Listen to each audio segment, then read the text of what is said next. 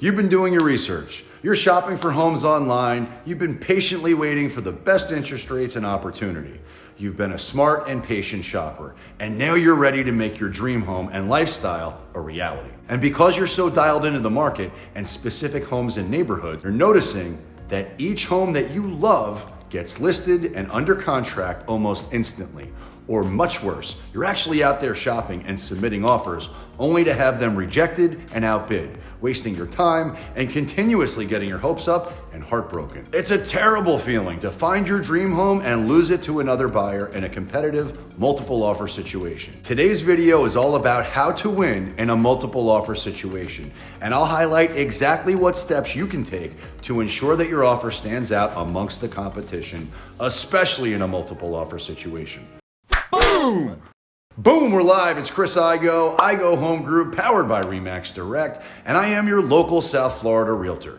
If you're new to the channel and want to learn exactly what it's like to eat, live, work, play, and thrive right here in South Florida, then click the subscribe button now and you'll be notified every time I do a new video. And smash the like button too, because it makes the algorithm incredibly happy. With the real estate market heating up and what feels like a mass exodus from the Northeast, now more than ever, we're getting calls and texts from people up north looking to relocate and move down to South Florida, which we love. So if there's ever anything in the world we can do to help you, please call, text, or leave a comment down below, and we will be happy to help. In fact, if you click the link below, we'll send you our Moving to South Florida relocation guide right away. If you're new to the channel, welcome. And if you've been watching for a while, you know that I've been speaking about the tremendous increase in buyer demand over the last few months. In South Palm Beach County, meaning Boca, Delray, and Boynton Beach, as well as the surrounding cities, closed sales were up 24% year over year in September, and prices were up 10%. While the supply of homes for sale dropped 36% to 2.8 months. Significantly more buyers are competing for significantly less homes. And if you aren't working with the right real estate professionals with dialed in lenders, your odds of getting your offer accepted are less than favorable. Now, I'm not gonna waste a lot of your time breaking down the stats for each city in Broward and Palm Beach County. Suffice it to say, the overall trend and market dynamics are the same everywhere in South Florida. And there are a lot of people that think it's crazy based on what we just went through with the pandemic and states being closed, as well as unemployment being at record highs. The reality is there are buyers out there buying, and they are often finding themselves in multiple offer situations. So what can you do to help your offer stand out amongst the competition? For the purposes of this video, I'm going to go ahead and assume that you've already put the most amount of money you can put down. I'm just going to assume that if you're an FHA buyer and you're putting down 3.5%, that's the best you can do. Or if you're putting 20% down, that's the best you can do. What we're going to do is talk about some of the things that you can actually control outside of the down payment. The first thing you can do as a buyer to help your offer stand out amongst the competition is a buyer letter. Before you write it, we're going to call the seller's agent to learn exactly what the seller wants in terms of the offer. Every seller has different wants, so getting as much information as we can about what they want can make all the difference in a competitive field. We tell every single buyer that we're working with to write a letter about themselves, about their family, about what they love about the home, and we're gonna go ahead and attach that letter that we're gonna go ahead and send over to the listing agent. And the reason we do this is because a lot of sellers wanna know exactly who's buying their property. Many times they've raised their family or they've been there for a long time and they want somebody like them, in a lot of cases, to take over the family home that they raised their kids in. In my experience, it helps draw emotion from the seller. It takes it from a real estate transaction of buying and selling a home to an emotional thing where the seller is actually connected and involved. Many times they want their home to go to a good family, and by writing that letter and drawing out that emotion, it helps your offer stand out. We often hear from the agent on the other side at closing saying how much that letter really meant to the seller and how the seller took it to heart, and it helped our offer stand out amongst the competition. The second thing that you can do is waive contingencies or shorten your contingency time frame. Now, I'll be the first to tell you, I never recommend waiving all the contingencies completely when buying a property. So your first question is, what is a contingency? Simply put, it's a condition of sale. When you're buying a property in the state of Florida, you've got several different contingency periods to deal with. Contingencies can include appraisal, which means that you're going to have the right to get the property valued by a bank or lender. You're going to have the right to get the property appraised, and if the value doesn't come in at the purchase price, then you don't have to buy the property. That's a contingency. The second contingency would be on loan approval. If your loan doesn't get approved, you can use that contingency to back out of the contract. You're also going to have a home inspection. If there's something that comes up in the inspection that you don't like or that you're requesting to get fixed or credited by the seller and they don't agree, you can use that contingency to back out of the property. Some of the other contingencies include seller disclosure. You're going to review the seller's disclosures on the property. You'll review the title report on the property. And if the property is a homeowners association, you're going to get the homeowners association documents as well as the rules and regulations. You've got the opportunity to review them. And if something is in there that you don't like, you can back out. So waiving all of your contingencies would basically put your deposit at risk, your earnest money deposit. When you buy a home, you put an earnest money deposit as a show of good faith that you're a real buyer. And if you were to waive all of your contingencies, you're essentially giving the rights to the escrow deposit away. So I never tell any buyers that you should waive all your contingencies. In fact, I never do that. But what you can do is shorten the contingency timeframes in the actual purchase contract to make your offer look that much more attractive. In Florida, the as-is purchase contract defaults to a 15-day inspection period. So if you stick with that, you've got 15 days to take care of your inspection. Additionally, the as-is purchase contract in the state of Florida defaults to a 30-day loan approval, which means you've got 30 days to get your loan approved. You can reduce those timelines dramatically. We always suggest that you reduce those timelines as much as possible. Now you got to check with your lender to ensure that they can actually approve the loan. The truth is, it doesn't take 30 days to get a loan approval, and it doesn't take 15 days to inspect a home. So you can dramatically reduce those timelines into something far more aggressive, which obviously you need to ensure you've got the right professionals on your side to actually adhere to those timelines, but reduce them as much as possible. And we do this with all of our buyers to make sure our offers stand out. And we've got a team of trusted lenders and vendors to ensure that we always adhere to these timelines. And this helps us get through the contingency periods as quick as possible, which is when most buyers will fall out of escrow. Again, once you get through the contingency period and all contingencies are released, typically most buyers end up closing on the property unless something completely unforeseen and crazy happens at the end. Basically, 99% of the times, once you get past these contingencies, the deal ends up closing. So the quicker you can get through them, the more attractive your offer looks to the seller. The third thing that you can do is shorten your escrow period.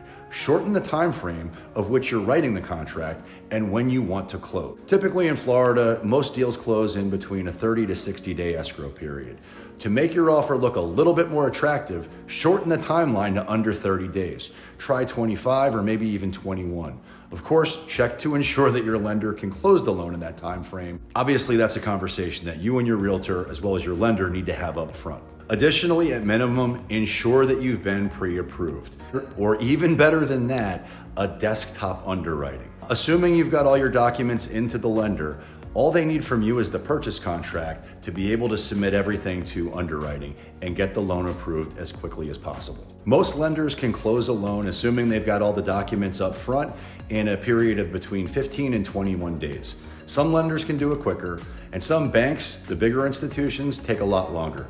Minimum of 30 days, in some cases 45 or even more. But when we can, we want to pivot to one of our trusted lenders because they can do things a lot faster. And you may be wondering, what's the difference between 15 days, 25, and 30 days? It doesn't seem like there's that big a difference in time. I can assure you there's a massive difference. What I can tell you is if you've got multiple offers and they're all similar in regards to purchase price, down payment, all of that stuff. But if one has a shortened escrow period versus the other, the offer is going to stand out. Even if the seller isn't interested in closing sooner, the offer stands out. The fourth thing you can do to win in a multiple offer situation is put down a large deposit if you're able to. You may ask why. Simply put, it helps your offer stand out. If you've got two offers that are similar in all other terms, but one has a bigger deposit than the other, the seller is always going to look at the one with the larger deposit as being a better offer. But bear in mind that money doesn't go to the seller until or unless all the contingencies are released, and even if it falls out of escrow, at which point it still has to be agreed upon that the money goes to the seller. So the truth is that deposit is never the seller's money unless you release all of the contingencies on the property. But in a seller's eyes, when they see a contract that has a large deposit, look at the large deposit as being the better contract, even though the money is not really their money until the property closes. The fifth thing you can do to make your offer stand out, and this is far and away my best tip, it's the escalation clause. The escalation clause is only going to be used in multiple offer situations, and it will absolutely 100% make your offer stand out. An escalation clause allows you to go above and beyond any other offer out there without knowing where the offers are going to end up. Which sounds risky, but the truth is, it's not. So for this example, I'm going to use $1,000 increments, but you can use whatever amount that you deem fit. So let's say we've got a property for sale at $640,000, and we get a counteroffer back asking us to submit our highest and best offer. We obviously know there are other offers on the table, and an escalation clause allows us to put in an offer like this, that our purchase price will be $1,000 higher than the highest offer up to whatever amount. But we need proof of the highest offer in writing. So basically what this would do is take our escalation clause and we would end up $1,000 higher than the highest offer. Let's say at the end of the day, the highest offer in this case was $650. That would automatically push us to $651.